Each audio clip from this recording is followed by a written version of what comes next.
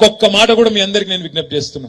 ఈ 420 హామీలు మీ అందరికీ మంచిగా కాపీలని పంపిస్తా. 420 హామీలు ఏవైతున్నాయో కాంగ్రెస్ ఇచ్చిన హామీలు చూడండి. మీరు యువతకు చెప్పిండ్రు, తెలంగాణ యువతకు నెలకు 4000 రూపాయలు ఇస్తామన్నారు నిరుద్యోగ భృతి. ఇలా తప్పించుకునే ప్రయత్నం చేస్తున్నారు. తప్పించుకోనియద్దు. యువత తరపున మనం అడగాలి. 100 రోజుల్లో ఇస్తామన్నారు, ఏడవైంది అని అడగాలి. మా ఆడబిడ్డలు ఇలా ఎదురు చూస్తున్నారు. మహాలక్ష్మి 1,57,00,000 మంది ఆడబిడ్డలు ఎదురు చూస్తాండ్రు. ఎందుకు?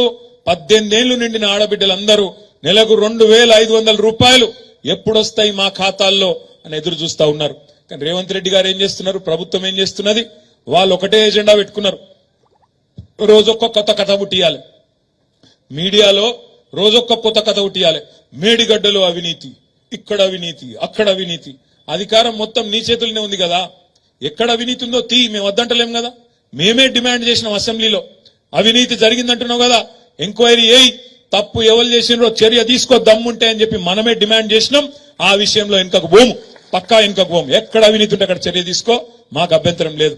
కానీ తప్పించుకునే ప్రయత్నం చేస్తే మాత్రం వదిలిపెట్టం. ప్రజల తరపున అడుగుతూనే ఉంటాం. రేపు మళ్ళా ఏప్రిల్ మీరు పార్లమెంట్ ఎన్నికకు పోయే నాటికి వరి కోతలు అవుతాయి. తప్పకుండా వరి కోతలు అవుతాయి. వరి కోతలు అయినప్పుడు రైతులు అడుగుతారు, మొదటిసారి అంటే ఇడిచిపెట్టినాం, క్వింటాల్కు 500 బోనస్ అన్నావు, ఏది ఎక్కడ వాయే అని తప్పకుండా అడుగుతారు. ఆ రైతుల తరపున అడగాల్సింది ప్రధాన ప్రతిపక్షంగా మనమే అనే మాట కూడా నేను మీకు విజ్ఞప్తి చేస్తా ఉన్నా. మొన్న రేవంత్ రెడ్డి గారు దావోస్ పోయిండు. దావోస్ లో చెప్తాండు, మేము రైతు భరోసా చాలు చేసినాం అని పచ్చి అబద్దాలు ఇలా విదేశాలలో చెప్తున్నాడు ఈ ముఖ్యమంత్రి గారు. నిజంగా రైతు భరోసా చాలు అయిందా? కేసీఆర్ ఇచ్చిన రైతు బంధుకే దిక్కులేదు ఇప్పటిదాకా. రైతు బంధుకే ఇంకా మొత్తం పడలే. రైతు బంధుకే దిక్కులేదంటే విదేశాలకు పోయి మాత్రం రైతు భరోసా చాలు చేసినా నేను ఇవాళ పంటకు 7,500 రూపాయలు ఇస్తున్నా అని చెప్పి పచ్చి బోగస్ మాటలు ఇవాళ ముఖ్యమంత్రి గారు మాట్లాడుతూ ఉన్నారు. రేప రైతు భరోసా విషయంలో కూడా మరి ఎండాకాలం పంట మళ్ళీ నాటేసే టైం వచ్చింది అంటే రైతు భరోసాగిన చాలు కాకపోతే ప్రజలు రైతులు ఊరుకోరు.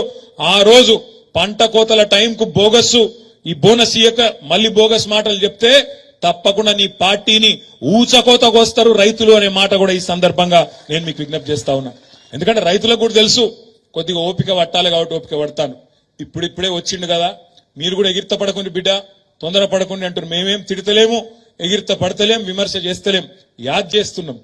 100 రోజులలో చేస్తా, డిసెంబర్ 9 నాడు మొదటి సంతకం పెడతా, 2 లక్షల రుణమాఫీ చేస్తా అని మేం చెప్పలే, మీరే చెప్పినరు. చెప్పిన దాన్ని మీకు యాద్ చేస్తున్నాం, వేరే మాట మాట్లాడతలేం.